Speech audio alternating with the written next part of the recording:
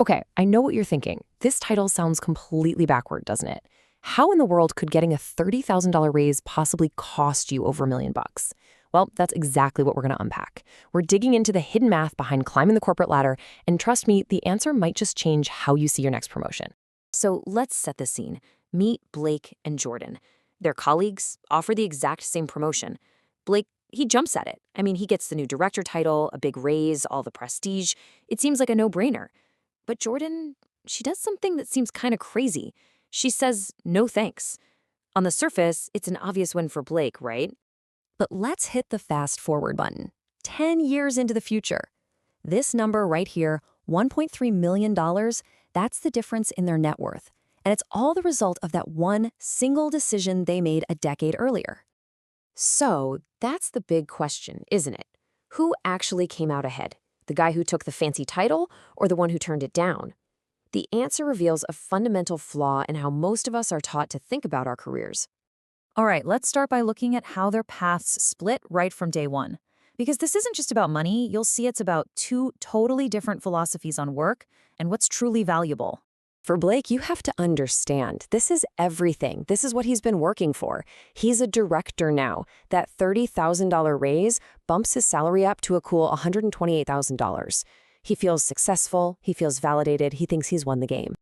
Meanwhile, you've got Jordan still making her $98,000. To the outside world, I mean, her own family probably thinks she's nuts for passing up such a huge opportunity. But see, Jordan isn't focused on the title. She's focused on the math behind it. So what was the hidden price tag that came with Blake's new job? Well, it was buried in some fine print that changes absolutely everything. The key is this little term right here, salaried exempt. It's a standard thing in a lot of contracts, but the implications are huge. It basically means your salary is fixed no matter how many hours you actually work. You are, quite literally, exempt from getting paid for overtime. And just like that, Blake's workload explodes. The expectation totally changes. He's not just an employee anymore, he's a manager. And what does that mean? Yep, late nights, weekend emails, his work week balloons from a standard 40 hours to closer to 60. Let's actually put a number on that. An extra 15 to 20 hours a week adds up to 780 hours of extra work over a single year. And because he's salaried exempt, every single one of those hours is unpaid. It's just free labor for the company. Now, to really put that in perspective, imagine starting your year on January 1st and not getting paid a single dime until the middle of May. That is the true cost of Blake's promotion, year after year after year. This brings us to the most important tool in this whole analysis, what's called the effective hourly rate. It cuts through all the noise of annual salaries and fancy titles and tells you what your time is actually worth. So when we run the math, the reality is kind of shocking. Blake's making $128,000, but divide that across 55 hours a week, and his effective rate is about $45 an hour. Now look at Jordan. She's making less, sure, at $98,000. But over a clean 40-hour week, her effective rate is $43 an hour. Think about that. Blake sold 780 hours of his life every year for just $2 extra an hour. And this is where the story really takes a turn, because it's not just about the money Blake is barely making, it's about what Jordan is doing with all that time she's so smartly protected. Blake's extra time gets eaten up by low-value, high-stress corporate stuff.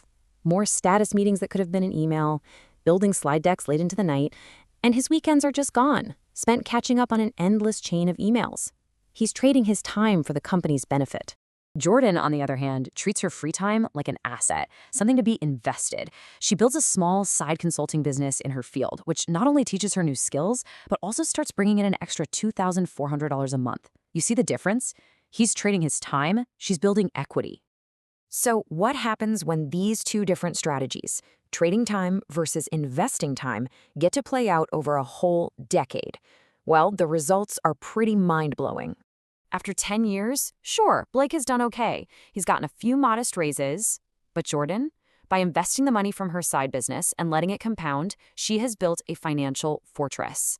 The gap between them isn't small, it's a life-changing amount of wealth. Now, this didn't happen by magic. It wasn't luck. It was the result of a consistent strategy. Earn extra income from consulting and invest it wisely. Over 10 years, that's what created $1.3 million more in assets than the guy who simply took the promotion. So, what does all of this mean for you? Well, it means you have to be strategic.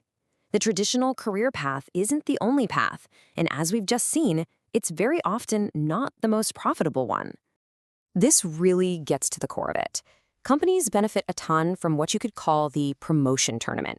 It encourages employees to give more and more of their time and energy in exchange for a title and a raise that, when you do the math, often doesn't fairly compensate them for that extra effort. So what's your next move? Before you jump at the next promotion, here are 3 steps to take. First, calculate your true effective hourly rate, factoring in all the new hours they'll expect. Second, ask what your free time is really worth, and if you could be investing it better somewhere else. And third, and this is the big one, always, always run the math for yourself. And that leaves us with one final question to think about. Every day, you're making a choice. Are you investing in a title, which at the end of the day belongs to your employer? Or are you investing in your time, which belongs only to you? The answer to that question could be worth more than $1 million.